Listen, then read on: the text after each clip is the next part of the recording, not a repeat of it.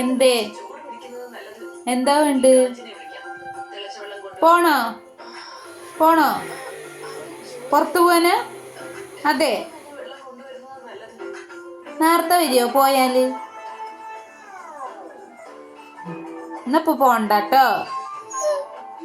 പോണാ കുട്ടിക്ക് പോണ? പോണാ